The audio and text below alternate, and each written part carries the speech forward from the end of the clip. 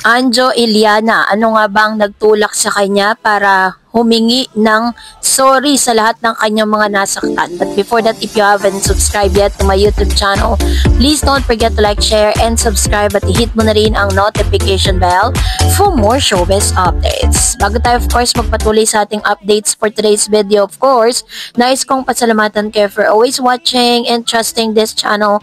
Thank you so much sa inyong laging panonood at palagi ang pagsubaybay sa mga updates po natin. Maraming salamat po. At ngayong araw, pag-usapan natin ang ilan sa mga issue na pinag-uusapan ngayon kung saan si Mr. Anjo Iliana ay personal na nagtungo dito kay Mr. Ogie Diaz upang ipaabot ang kanyang public apology sa lahat ng kanyang mga nasaktan. Panoorin natin. Gusto ko lang marating kasi katulad kanina, ano masasabi mo kay Ryan Agoncillo? May sinabi tungkol. Hindi na si Ryan Agoncillo. Sabi lang, may nagsasabi lang, hindi ko alam. Parang something like bahala na yung Itbulaga legal. Hindi, okay lang yun nga. Sabi ko nga, may nasaktan ako. Meron akong Kaya nga nag-explain ako ngayon kung saan galing tong nilalabas ko. Kung meron man ako nasaktan, I'm sorry from the bottom of my heart. Mali ba tong nagawa ko? Oh, mali nagawa ko kasi dapat hindi ko na hinuhukay yung mga saloobin ko o sama ng loob ko sa mga nangyari dati. Wala naman akong makukuha nito. Kaya yun ang aking pagkakamali. Yung dapat, di ko na binuksan to, di ko na hinukay to. Kaya dun sa mga nasaktan ko, patawad. Sabi nga ni Ogie, ganun na lang, patawad na lang, sorry na lang. Sa ngayon, sorry na lang po. Hindi ko pa alam kung anong gagawin ko. Sabi mo nga, kung magfa-file sila ng kaso sa akin, that is their right. Right nila yan Kasi nga, nasaktan ko sila. Humingi ako ng sorry ngayon sa mga nasaktan ko. Pero hindi ko babawiin na yung Kasi totoo lahat ng sinabi ko I'm sorry kung nagsabi ako ng kwento na hukay nga na nakasakit na hindi ko dapat nilabas. Yun ang kasalanan. Guilty ako doon. Pero yung I will take back my words, anong iti-take back ko? Ito lahat ng sinabi ko. Kaya na naman ako si bibig na nanakit. Kaya nga sabi ko, ang hirap ang hirap din, di ba? Ayaw mo manakit pero mamaya yung sinasabi mo nananakit ka na. Kaya I'm sorry, especially dun sa mga dating kasamaan ko sa Itbulaga. Sorry na nasaktan ko kayo. Sorry kung may mga nasabi ako na dapat tinago ko na lang, dapat nakalibing lang siya. Naghukay ako ng past. Sa mga nasaktan ko, from the bottom of my heart, I'm sorry. From the bottom of my heart, I'm sorry. I'm sorry, yan ang ilan sa pinakahuling salita na binanggit ni Mr. Anjo Iliana matapos nga nito na isalaysay at magbigay ng kanyang pahayag patungkol sa lahat ng kanyang mga sinabi sa social media na sinasabi niyang hindi siya aware na ito po ay talagang nagkikreate na ng apoy. Sinabi nito na parang ito'y para sa kanya, ito po yung parang naging outlet niya para po talagang ilabas yung kanyang mga sama ng loob dati. So nagsorry sa madlang people ang co-actor, ang actor-comedian na si Anjo Iliana sa kanyang kinasasangkutang issue kamakailan sa social media. Sa kanyang panayam kay Ogie Diaz na mapapanood sa YouTube vlog, nang huli ay nausisa siya patungkol sa mga isyong nag-viral at talagang pinag-usapan. Chika ni Anjo, unang-una marami akong sama ng loob na mga pangyayari before, yan ang sama ng loob na yan. Siyempre, tinatanim ko yon. Hindi ko naman nilalabas yun. Hindi naman ako mahilig mag-revelation noon. Hindi ako mahilig magreklamo, so nakatago lang ang mga yon, sabi niya.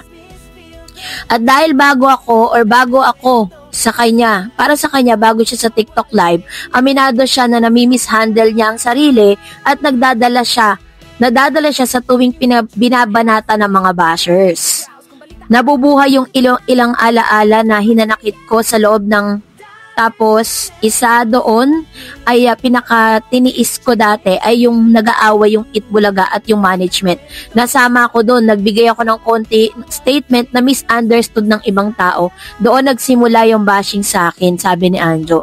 At doon na siya nagsimulang magkwento at maglabas ng hinanakit dahil gumagaan ang kanyang pakiramdam pero may kapalit ito. Kaya nga noong mga kumakausap sa kanya at pinapagalitan siya, ay nagdesisyon na si Anjo na huminto at maglaylo dahil nagkakasakit na rin di umano siya. Ano ba itong nagawa ko? Sabi niya, parang nagulo ko yung mundo ng social media.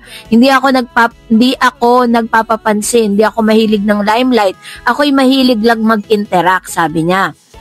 Nagkataon lang, I'm sorry, na ilabas ko yung mga naitago kong damdamin noon, sabi pa ni Anjo sa kanya pong interview.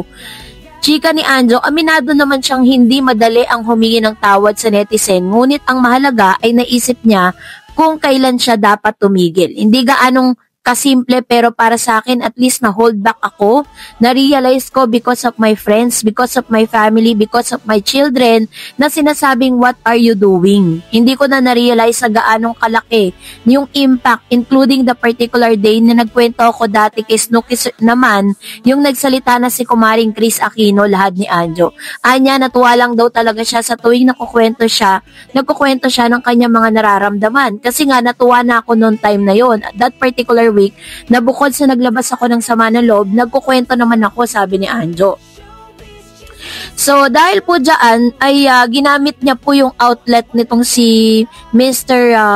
Ogie Diaz para po ipaabot ang kanya pong public apology sa lahat po ng mga nasaktan niya, lalo-lalo na po si Miss Chris Aquino, na talagang sinabi niya dito at pinagmukha niyang cheater si Miss Chris, kasi sinabi niya nga sa mga narrative niya, sa kwento niya, na pinagsabay daw ni Miss Chris Aquino siya at saka si Mr. Robin Padilla, na agad naman itong umabot, no, dito po kay Miss Chris Aquino. Kahit po siya ay nakaratay sa sakit ng karamdaman, ay hindi po pinalagpas ni Chris Aquino para linawin at linisin ang kanyang pangalan.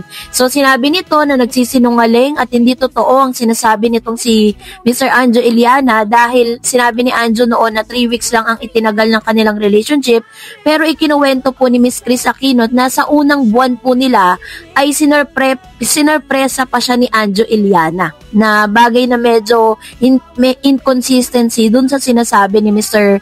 Anjo Iliana. So doon po nagsimula yun. Kaya naman, pagkatapos niyang siraan at maglabas siya ng mga sama ng loob sa lahat ng mga Dovercats sa TBJ, ay nabalitaan din niya na meron na nga pong ginagawa, no, ang Itbulaga laban sa kanya.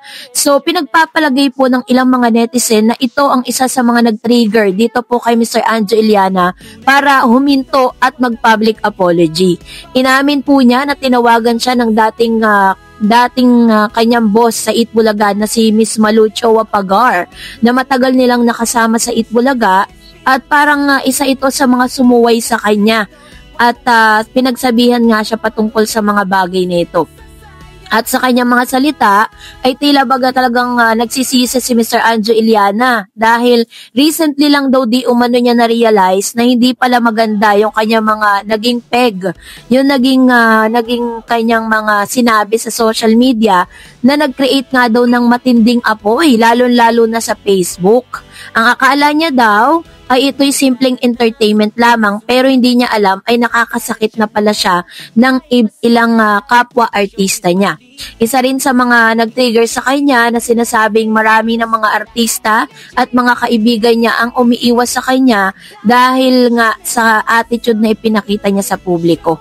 So, ano kaya ang susunod na hakbang ng Itbulaga matapos nga po siya mag-public apology? So, yun po yung aabangan natin sa ating mga susunod na updates. And that's it for today. For more videos and updates, please don't forget to like and subscribe. And please don't forget to follow my Facebook page, Dar Eds TV and Dar Eds channel. God bless everyone!